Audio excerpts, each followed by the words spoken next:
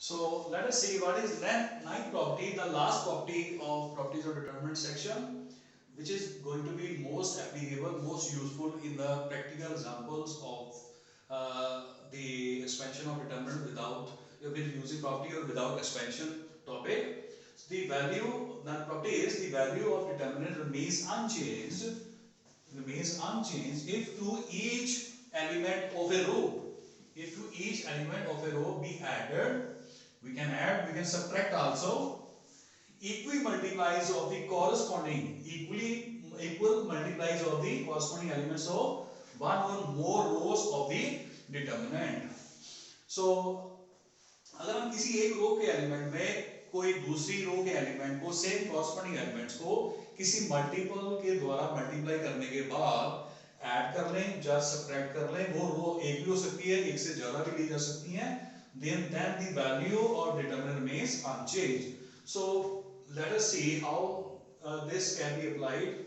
So suppose मेरे पास एक determinant है बेटा जिसमें ये एंट्रीज हैं a1 a2 a3 b1 b2 b3 c1 c2 c3 and I apply this as r1 को चेंज कर रहा हूँ, फर्स्ट रो को चेंज कर रहा हूँ, फर्स्ट रो में l time second row m time third row, this l m be any real number, you can add, you can subtract also.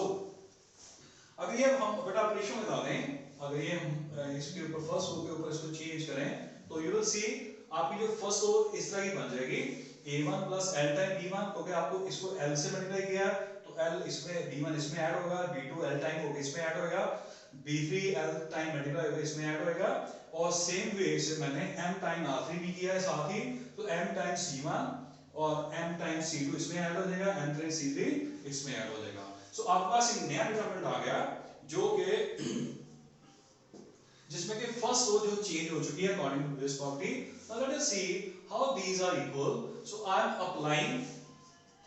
Will apply property 8 here. मैं यहां पे बेटा 8 property apply कर रहा हूं जो हमने पिछले वीडियो में देखी है. तो उसमें क्या है कि हम इसको ब्रेक करेंगे अलग-अलग डिटरमिनेंट में. So let us see what this new determinant becomes. So we have delta 1 equals to, I am using property 8 here. On the first one only, it will be a1,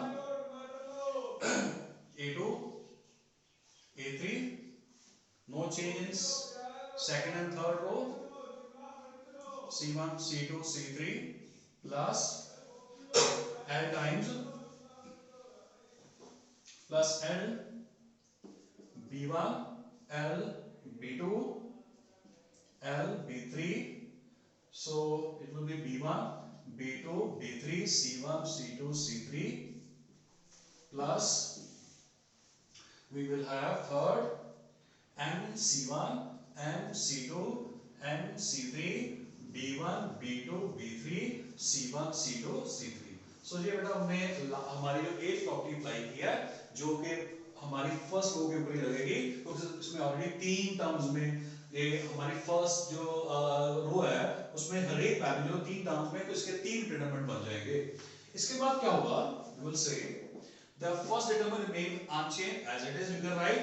now from here you can take l common, जैसे मैंने बताया था कि हम l time multiply कर सकते हैं किसी एक रो को, तो वो l टाइम हो जाता है, तो हम l यहां से कॉमन ले सकते हैं एक रो से. अगर हम l यहां से कॉमन लें तो b1 b2 b3, then we have again b1 b2 b3 c1 c2 c3 plus we can take m common from here, m outside c1 c2 c3 b1 b2 b3 c1 c2 c3. so अब आपको थोड़ी बातें clear हो गई होंगी कि इसके बाद हमारा फर्स्ट डिटरमिनेंट है a1 a2 a3 b1 b2 b3 c1 c2 c3 plus l time. Now this determinant is 0 because property number 2, हमारे पास property 2 है कि अगर दो कोई rows आपस में identical हो जाएं, the value of determinant becomes 0. Similarly, same property 2, we have similar first row and third row, so its value will be 0. So we are left with n into 0 plus m into 0. So we are left with the first determinant a1, a2, a3, b1, b2 and b3, c1, c2 and c3. So this proves the property that किसी एक रो में किसी और रो के elements को किसी भी multiple द्वारा मल्टीप्लाई करने के बाद हम कॉरस्पॉन्डिंग एलिमेंट ऐड कर रहे हैं चाहे सब्ट्रैक्ट कर रहे हैं, we will get the value of determinant will remain unchanged, we will get the same value of the determinant.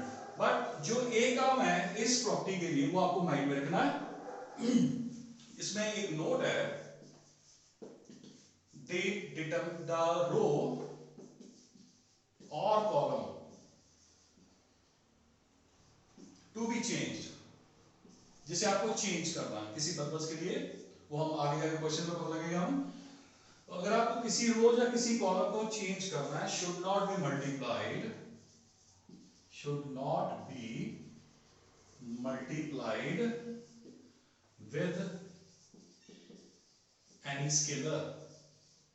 अगर आपको किसी रो को चेंज करना है तो उसको किसी भी फैक्टर से मल्टीप्लाई नहीं करना। इफ अगर करना भी पड़ रहा है उसका भी बेटा एक सॉल्यूशन है, if we have to do सो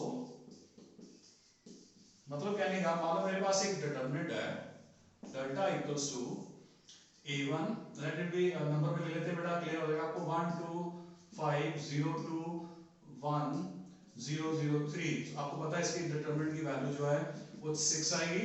मान लो मैं सेकंड रो को चेंज करता हूं 2 टाइम ये सेकंड रो, इसमें आप माइनस कर रहे हो थर्ड रो, तो मैंने सेकंड को चेंज किया पर मैंने सेकंड में ये वाली कंडीशन जो है वो अप्लाई नहीं की, मैंने इसको भी चेंज कर दिया।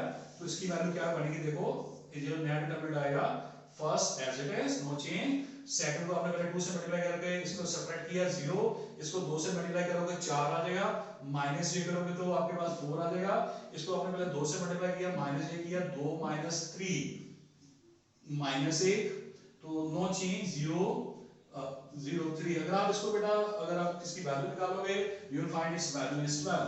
सो क्या हुआ कि जिस रो को आपको चेंज करना था उसको आपको मल्टीप्लाई करना पड़ा 2 से, कोई बात नहीं, पर जो नया डिटरमिनेंट आया वो उसका 2 गुना हो गया, दैट मींस 2 into 6 आ गया, तो इससे फर्क पड़ गया। जबकि इस फैक्टर की वजह से there will be no change, but क्योंकि जिसको आपको चेंज करना है अगर आपको उसको मल्टीप्लाई करना पड़े तो उसके लिए क्या करना होगा, जैसे मेरे को ये प्रॉपर्टी लगानी तो सबसे पहले मेरे को 1/2 बाहर लगा देना है ताकि मेरे value determinant will remain unchange. So ध्यान रखना कि जिस रो को आपको चेंज करना है या कॉलम को चेंज करना है उसको किसी भी स्केलर से मल्टीप्लाई नहीं करना। If we have to do so then उसके लिए क्या करना है, divide the whole determinant, then divide the whole determinant with that scalar। तो आपको सारे डिटरमिनेंट को उस स्केलर के साथ डिवाइड करना पड़ेगा जैसे कि मैंने यहाँ पे किया है। सो ये प्रॉपर्टी काफी यूज होने वाली बेटा। तो इस प्रॉपर्टी में क्या है कि आप किसी भी रो में एलिमेंट्स को किसी दूसरी रो को किसी फैक्टर के साथ मल्टीप्लाई करके ऐड कर सकते हो, सब्ट्रैक्ट भी कर सकते हो।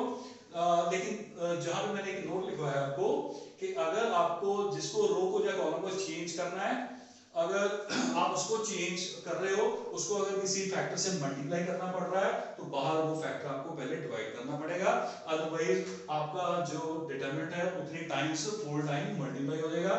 तो बैलेंस रखने के लिए हमें उस फैक्टर के साथ डिवाइड करना होगा।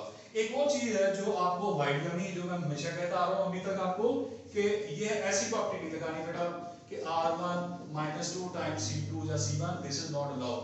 रो का ऑपरेशन रो के साथ लगा सकते हो एट एनी स्टेज, कॉलम का ऑपरेशन आप कॉलम के साथ लगा सकते हो एट एनी स्टेज। इसमें कोई कंपल्शन नहीं है कि रो के से रो को ही लगाना है या कॉलम के लगाना है, जैसे हमने एलिमेंट्री में सीखा था ऐसी कोई कंपल्शन नहीं। आप किसी भी स्टेज के ऊपर रो के ऊपर ऑपरेशन लगा सकते हो और कॉलम के ऊपर ऑपरेशन लगा सकते हो।